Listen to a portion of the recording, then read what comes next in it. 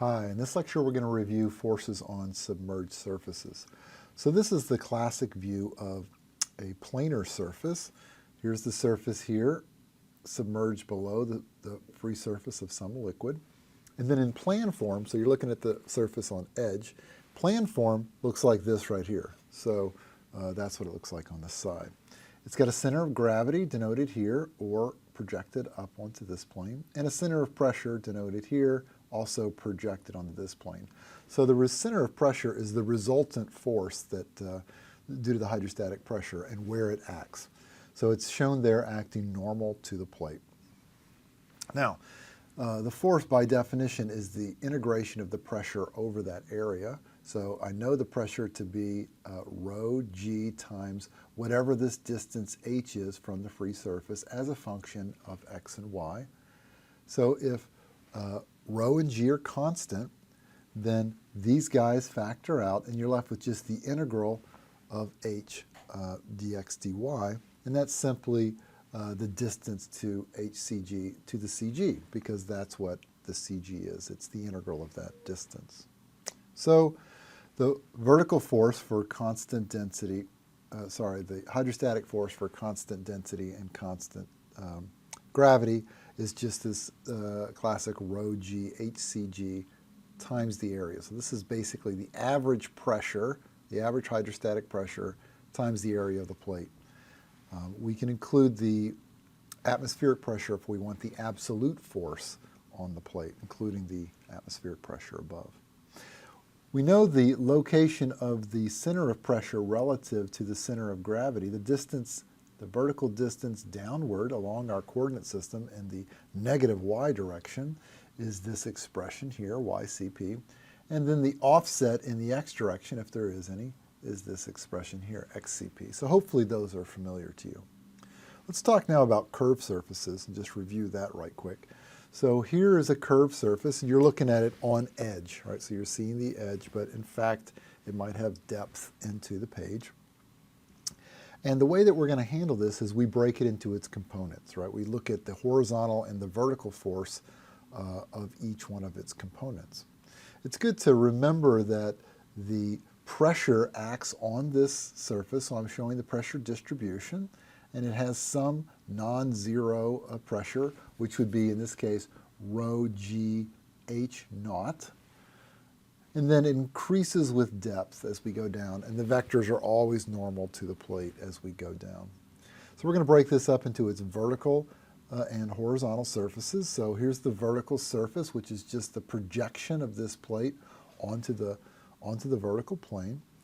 And then here's the horizontal surface, which is going to result in its own pressure distribution. So the pressure distribution on this vertical surface is the pressure distribution that I showed previous, just the distribution over a plane surface. And then the forces or acting on this curved surface are just the swept volume of water above times the density and gravity. So it's the mass or the weight of the water above the plate. So this is us breaking it into a horizontal force and the vertical force. So this is the resultant force. The resultant force is composed of a horizontal and vertical force. The horizontal we get by using the expression we just derived, rho gh cg times area, and the depth below the cg is yc sub p, given by this expression here.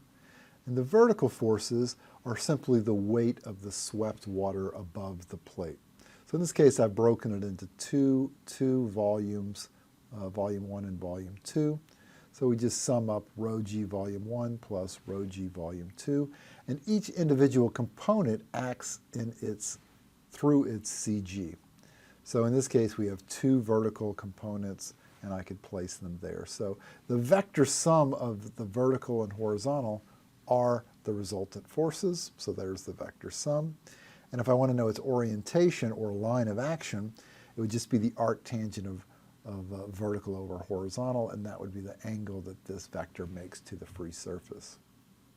The point of application is usually got at through a moment balance. But in general, the resultant force on a curved surface won't actually touch the plate, but it will be perpendicular to the plate somewhere along the line of action. You can fix it really by knowing what this horizontal depth is. It's the same depth. So the intersection of the line of action and the YC sub P CG there will fix the point of application. All right, so you know everything you need to do any kind of analysis on a horizontal, on a submerged curved surface. So let's do a quick example. Here's a gate. The gate is a quarter of a circle here, and it's 3 meters into the board. It's submerged 2 meters down, and then the gate itself, the radius, is an additional 2 meters. So the quarter circle gate BC, in the figure below, is hinged at C. Find the horizontal force P, which is located 1 meter from C, to hold the gate stationary. The width of the gate into the board is 3 meters.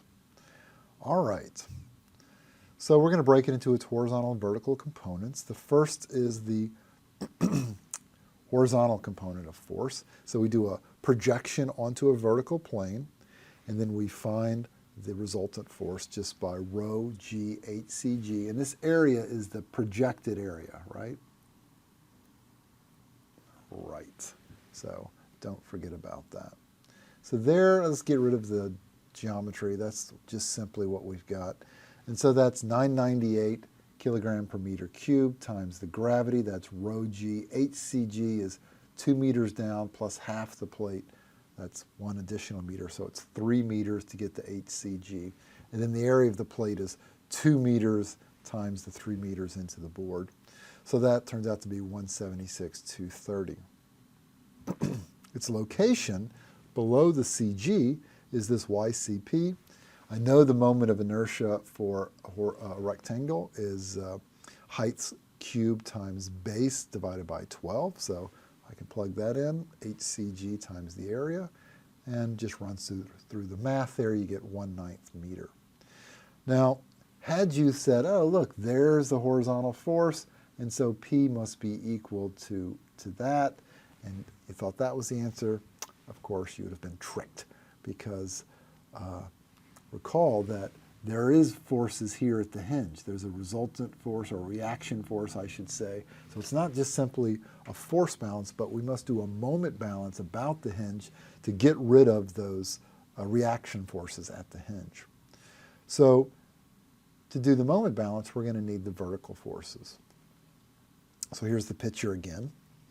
And let's look at the swept volume above the plate, the swept volume of fluid above the plate. So there's basically 2 volumes there. I'm just breaking them up into those 2 because they're easier to solve. And I've indicated there's CGs through which the vertical force acts. So get rid of the image there. So there's the geometry. And so I have, you know that this is going to be the volume of a rectangle, 2 by 2, 3 into the board. So that's this, 2 by 2, 3 into the board, rho VG. And then this bit is a quarter of a circle, or a cylinder, I should say, a quarter of a circle extended into the board. So that's rho, there's the area times the extension into the board times G.